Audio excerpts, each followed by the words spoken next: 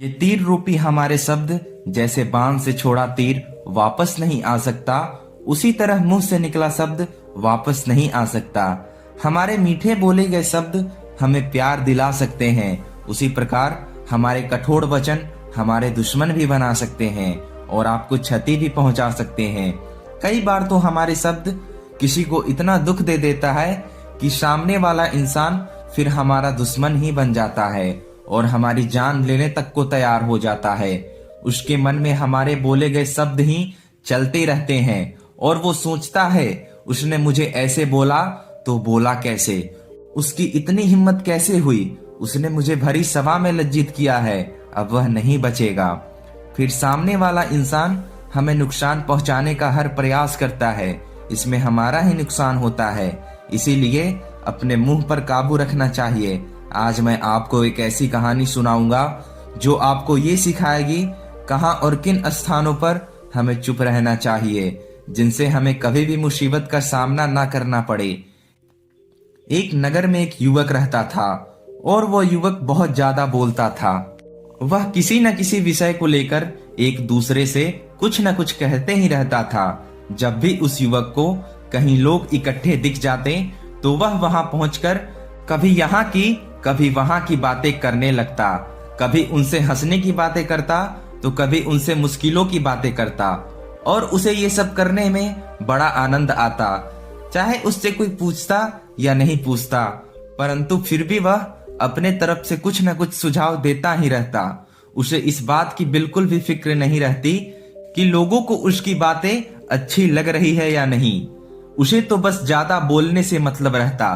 बिना मांगे दूसरों को सलाह देना कि तुम ऐसे नहीं वैसे करो, यही उसकी आदत थी।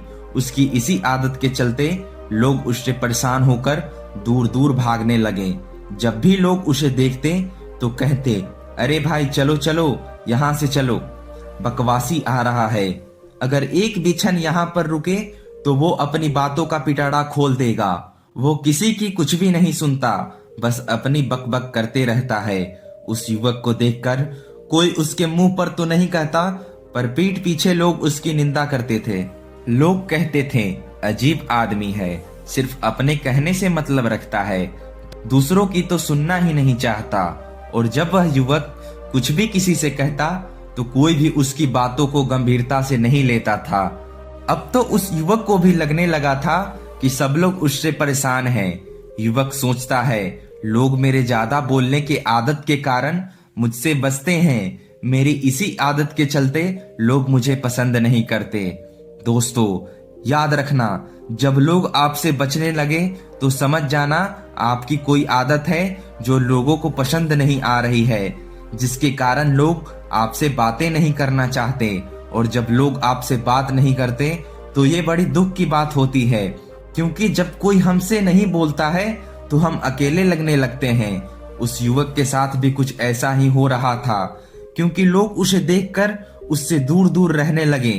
कोई उससे बात नहीं करता था, जिस कारण वह दुखी रहने लगा और अपने आप से कहने लगा कि मैं कैसे इस ज्यादा बोलने की आदत को खत्म करूं, अब कोई भी मुझसे बात नहीं करता। एक दिन वो युवक ऐसे ही चिंतित सा बैठा था, तभी उस रास्ते से बहुत ही ज्ञानी महात्मा गुजर रहे थे। उस युवक के चेहरे के भाव को देखकर महात्मा ने उससे पूछा, अरे भाई तुम किस चिंता में उदास बैठे हो। जब उस युवक ने महात्मा की बात सुनी तब उनसे कहने लगा, महाराज मैं क्या करूं, कोई मुझसे बात नहीं करता, सब लोग मेरे से दूर दूर रहते हैं, क्योंकि मेरी आदत बहुत ज्यादा बोलने की है और मैं अपनी इसी आदत को बदलना चाहता हूँ, लेकिन मैं चाह कर भी अपनी इस आदत को बदल नहीं पा रहा हूँ। उस युवक की बात सुनकर महात्मा ने उससे कहा कि वत्स, जो व्यक्ति अधिक बोलता है उसे ऐसा लगता है कि सबसे ज्यादा वही जानता है। उसके मन में पल रहे इसी भ्रम के चलते वो वहां पर भी बोलने लगता है जहां पर बोलने की कोई जरूरत नहीं होती है। और जो व्यक्ति यह सोचता है कि अभी वह कुछ भी नहीं जानता है, उसे अभी बहुत कुछ सीखना है, वह कभी अनावश्यक नहीं बोलता है और ना ही किसी को बिना मांगे सलाह देता है। फिर महात्मा ने उससे कहा, पुत्र पहले तो तुम अपने मन से इस फितूर को निकाल दो कि तुम दूसरों से ज्यादा जानते हो। यदि तुम ज्यादा जानते भी हो तो अपनी वाणी का प्रयोग वही करना चाहिए जहां उसकी आवश्यकता हो। फिर महात्मा जी बोलते हैं, हे वत्स, हमें कुछ स्थानों पर अपने मुंह को बंद रखना चाहिए, उसी में तुम्हारा और सामने वाला का हित है। कहते हैं, निरर्थक वाणी काल का कारण बनती है, क्योंकि हमारे शब्द हथियार के तरह होते हैं जिससे किसी को भी मारा जा सकता है। क्योंकि ज्यादातर लड़ाइयां हमारे बोलने की वजह से ही होती है। कभी कभी हमारे शब्द किसी को इतना ठेस पहुंचा देता है कि वो फिर हमसे बात ही नहीं करता, हमसे घृणा करने लगता है। इसीलिए हे वत्स, जहां हमें बोलने की आवश्यकता नहीं है वहां हमें नहीं बोलना चाहिए। आज मैं तुम्हें 8 ऐसा स्थान बताऊंगा जहां तुम्हें हमेशा चुप रहना चाहिए। फिर महात्मा जी ने उस युवक से कहा, जहां हमें नहीं बोलना चाहिए वह पहला स्थान है जहां कोई अपनी मन की बात को आपकी बातों से नहीं समझ सके। तो वहां पर हमेशा चुप रहने में ही आपकी भलाई है, क्योंकि कभी कभी हमें लगता है हम अपनी समस्याओं को लोगों के बिना पूछे ही बताने लगते हैं। इससे सामने वाले व्यक्ति को हमारी बातें बोझ की तरह लगने लगती है, क्योंकि उसे आपकी परेशानी से क्या ही मतलब है। आपकी समस्या आपकी है। आपकी समस्या को सुनकर वो अपना समय नष्ट नहीं करना चाहता और नहीं उसे इस बात में रुचि है कि तुम अपनी कष्ट उन्हें सुनाओ। उसे तो अपनी समस्याओं से मतलब है, क्योंकि उसके अंदर ही पहले से इतनी समस्या भरी पड़ी है कि वह खुद चाहता है कि कोई उसकी समस्या सुने। वो खुद चाहता है कि कोई उसकी तारीफें करे। हाँ, ऐसा हो सकता है कि शुरुआत में वो आपकी समस्याओं को सुने, परंतु जब उसे तुम्हारी हालत के बारे में पता चलेगा कि इसका तो रोज का ये काम है, अपनी बातों को ना चाहते हुए भी लोगों को सुनाना, फिर धीरे धीरे वो तुमसे दूरियां बनाना शुरू कर देगा। मेरी एक बात हमेशा याद रखना, पुत्र, कोई नहीं चाहता कि वो एक दुखी और परेशान इंसान के साथ रहे। इसलिए अपनी बात को वही कहो जहां लोग तुम्हारे बातों को सुनने में इच्छुक हों। फिर महात्मा जी उस युवक से कहते हैं कि जहां हमें ना बोलना चाहिए वो दूसरा स्थान है जहां दूसरे जगह घटी घटना की हमें पूरी जानकारी ना हो, या फिर किसी विषय पर आपको बोलना है और उस विषय में आप अज्ञान हैं, या फिर आधी अधूरी ही जानकारी है। तो ऐसे स्थान पर बोलने से हमारी मूर्खता प्रकट होती है। लोग हमें मूर्ख समझने लगते हैं। बोलना उसी का उचित है जिसे इस विषय में पूर्ण जानकारी है। कहते हैं, अधूरे ज्ञान का अहंकार अपेक्षाकृत खतरनाक होता है। जैसे मान लो कोई व्यक्ति बीमार है और वो आपसे अपनी बीमारी की बातचीत कर रहा है। अब आपको उसकी बीमारी के बारे में कुछ भी नहीं पता है और आपने ऐसे ही कोई गलत सी औषधि बता दी और उस औषधि से उस व्यक्ति की जान भी जा सकती है। इसीलिए हमेशा ऐसी स्थानों पर चुप रहें जहां आपको उस विषय की जानकारी ना हो। फिर महात्मा जी उस युवक से कहते हैं, जहां हमें चुप रहना चाहिए वो तीसरा स्थान है अगर कोई व्यक्ति आपके ऊपर क्रोध कर रहा हो, आपके ऊपर भड़क रहा हो, तो आपको उस समय शांत रहना है और ठंडे दिमाग से विचार करना है कि वो किस कारण से आपके ऊपर क्रोधित हो रहा है।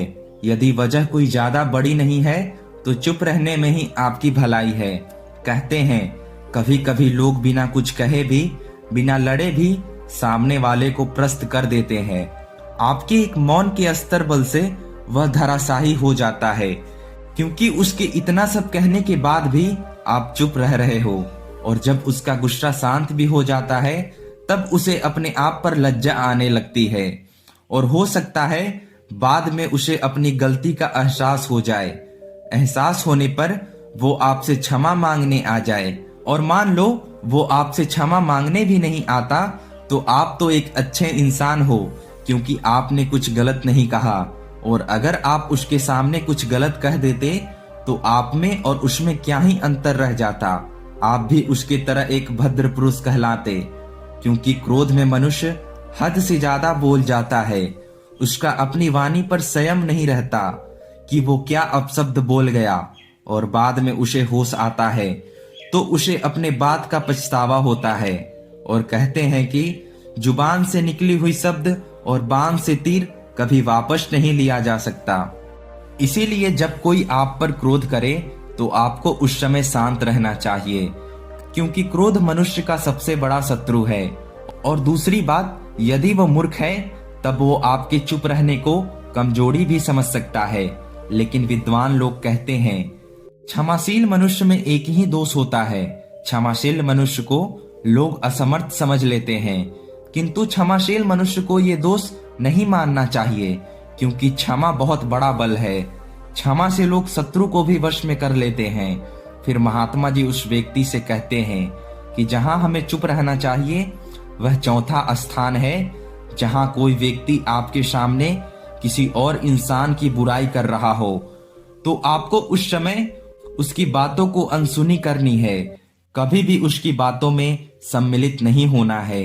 जहां पर दूसरों की बुराई की जा रही हो, निंदा की जा रही हो, हंसी उड़ाई जा रही हो, यदि तुम भी उस निंदक लोगों में सम्मिलित हो जाते हो तो याद रखना, वो व्यक्ति तुम्हारी भी बुराई किसी से कर सकता है।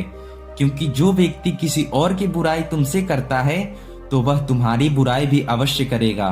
फिर महात्मा जी उस युवक से कहते हैं, जहां हमें चुप रहना चाहिए वो पांचवा स्थान है, जब कोई व्यक्ति आपसे अपना दुख, परेशानी और समस्या आपको बता रहा है तो उस समय आपको शांति पूर्वक उसकी बातों को सुनना चाहिए। यदि हम किसी की समस्याओं को सिर्फ चुप रहकर भी सुन लेते हैं तो सामने वाले को बहुत बड़ी शांति मिलती है, उसको बहुत अच्छा अनुभव होता है। महात्मा जी उस युवक से कहते हैं कि जहां हमें चुप रहना चाहिए वो छठा स्थान है, जहां कोई योग्य व्यक्ति उपदेश दे रहा हो और लोग उसे ध्यान से सुन रहे हो तो ऐसे स्थान पर भी हमें चुप ही रहना चाहिए। क्योंकि कभी कभी कुछ लोग उसकी बातों को बीच में काटकर तर्कपूर्ण व्यंग करने लगते हैं। इससे होता क्या है, आप उन सब के बीच में हंसी का पात्र बन जाते हैं। फिर महात्मा जी उस युवक से कहते हैं, जहां हमें चुप रहना चाहिए वो सातवां स्थान है, जहां हमसे नफरत करने वाले लोगों की संख्या ज्यादा हो और आपको समझने वाले लोगों की संख्या कम हो। ऐसी जगह पर पहुंचकर कभी भी आपको ज्यादा नहीं बोलना चाहिए। आपको हमेशा ऐसे स्थान पर चुप रहना चाहिए, क्योंकि उस जगह पर आपका बोलना आपके विरोधियों को अच्छा नहीं लगेगा और हो सकता है वो आपका अपमान भी कर बैठे। जैसे 100 मूर्खों में एक ज्ञानी की नहीं चलती, वैसे ही आपके बात का भी वहां पर कोई मोल नहीं रहेगा, चाहे आप कितना ही सही क्यों ना बोल ले। इसीलिए आपको ऐसे स्थिति में हमेशा चुप रहना चाहिए। फिर महात्मा जी उस युवक से कहते हैं कि जहां हमें चुप रहना चाहिए वह 8वां स्थान है, जिस जगह पर लोग मदिरा के नशे में हों, जिस जगह पर लोग अहंकार में डूबे हों, जिस जगह लोग वासना में लिप्त हों, जहां पर हर कोई अपना स्वार्थ सिद्ध करने में लगा हो, वहां भी हमें चुप रहना चाहिए। क्योंकि वहां पर भी आपके परामर्श की कोई आवश्यकता नहीं होती, क्योंकि शराबियों के सामने आप कितना भी कुछ बोल लो उसे कुछ भी फर्क नहीं पड़ने वाला। वैसे ही अहंकार में डूबे व्यक्ति को भी कुछ नजर नहीं आता, वो भी अपनी अहंकार के नशे में अपशब्द ही कहेगा। इसीलिए आपको ऐसी जगह पर चुप रहना चाहिए, क्योंकि आपके बोलने से इन लोगों को कुछ भी फर्क नहीं पड़ेगा और आप अपना समय इनके साथ ऐसे ही बर्बाद करेंगे। फिर महात्मा जी उस युवक को समझाते हुए कहते हैं, बेटा तुम्हें कभी भी किसी भी स्थान पर अनावश्यक नहीं बोलना है, और जहां पर ये 8 स्थितियां हों वहां पर तुम्हें हमेशा चुप रहना है। और जब भी किसी से अपनी बात कहो तो उसे कम शब्दों में कहो और ऐसी वाणी बोलो कि दूसरों के दिल को ठंडक पहुंचे।